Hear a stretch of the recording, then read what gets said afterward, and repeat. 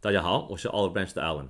So if you're trying to lose some fat and you're trying out different exercise routines, perhaps you've gone to yoga to tone up a bit, and then after a few months you didn't quite get the results you're looking for, and then you've tried spinning for a few more months and you're really trying to burn or melt that fat, and that didn't seem to be working out for you either. So maybe you hired a personal trainer to help you with some weightlifting to hopefully, according to the trainer, to be in better shape for you. Perhaps during that time training with the PT that you got injured and you're a little bit hesitant to going back to that trainer. Well, a lot of my clients have come to me with a lot of these types of stories, and perhaps you have also experienced something similar to that. In this video, I'm going to share with you some reasons why that might be the case and what you can do about it to perhaps change it and make things a little bit better for you. To give a framework for the rest of the video, you kind of have to understand a little bit about biology, and I'm just going to go a little bit into it, and that's this concept about stimulus and an adaptation. In all forms of biology, there's always some form of external stimulus. For example, if you're trying to get a tan, the sunlight that hits your skin, the UVA, UVB rays, then that is the stimulus. Your body then makes an adaptation by producing more melanin to make your skin more dark. So this is always going on in biology. And when we're talking about changing your body composition, the stimulus matters a lot for you to adapt, meaning to lose fat or to gain muscle. That's the adaptation to whatever stimulus you're causing. In exercise, the most important factor by far is intensity. So you need to have an intense stimulation for the body to react by either building muscle or burning fat or both.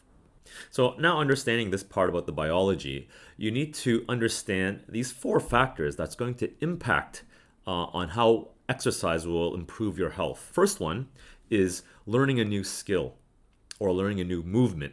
So if a trainer or a new class is teaching you something new that you haven't done before, then you're not really skilled at that movement yet, that action. So you're going to be spending a lot of time and effort trying to figure out this new movement. And so there's a lot of nervous system that is in the work, trying to inroad your muscle so that it understands how to move accordingly to that movement. And in doing so, you're wasting time and you're not producing a lot of intensity. So the body adaptations will be very limited, if any at all. Most of that is skills acquisition. You're not losing fat, you're not even gaining muscle properly. Number two is the risk of injury. A lot of the new things that you're learning might include a lot of high impact or high acceleration. So for example, if you're in a kickboxing class and you're throwing punches and throwing kicks really aggressively, those are high forces that will eventually end up in the joints. Or if you're throwing down a sledgehammer or doing anything that's really fast, then these are new movements that your body needs to be conditioned to in order to sustain that force. And if it's not conditioned to it, then you can sustain injury, thereby making you less safe, less healthy, and that thwarts your main goals. Number three, depending on the complexity of the movement, it actually might be too complicated of a movement for you to be able to generate any force that's meaningful enough to actually build muscle.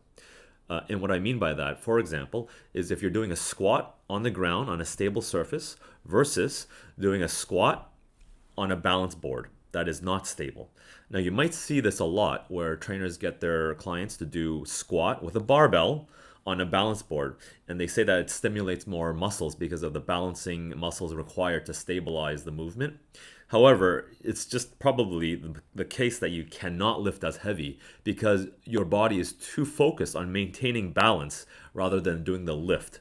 Thereby, the intensity of the workout is actually shifted away from lifting heavy into balancing, and that actually does not produce the stimulation that we're looking for, which is just pure intensity of the forces on the muscles to get bigger and stronger. The fourth point is if your workout keeps changing on a regular basis for the sake of variety. Now, this in the surface sounds like it makes sense. A lot of people do think that muscle memory and muscle confusion can make progress better. In fact, there are no evidence to support that whatsoever. And further, what it actually does is actually forces you to keep learning new movements. It keeps changing the program, so you have to keep learning, thereby reducing intensity for you to learn that new movement before you can pick that intensity back up again. But then by that point, if the program changes again, then actually your intensity level drops again. Also, it's very difficult if you keep changing the workout to have any meaningful tracking of progress. Thereby, you don't actually know if you're lifting more or lifting less. So, for example, if you're doing a lot of pull-ups in one workout, but then the next workout, instead, you're pushing a sled or you're doing a pull down on a machine, then it's really hard to compare whether you're getting stronger if the exercises within the workout just keeps changing. I also do recommend that you find a good trainer so that that person can show you the correct technique in doing the exercises so that you can continue doing these exercises for a long time. So in conclusion, I'd like to recommend that if you're trying to improve your health through exercise, then really focus on making your workouts simple yet very intense.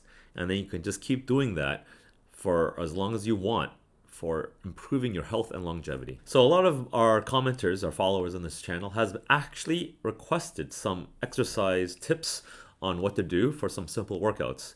So stay tuned for our next video where I'll share some exercises, simple ones that you can do. I hope you found that useful, guys. And as always, please leave any questions or comments below, and I'll see you next time.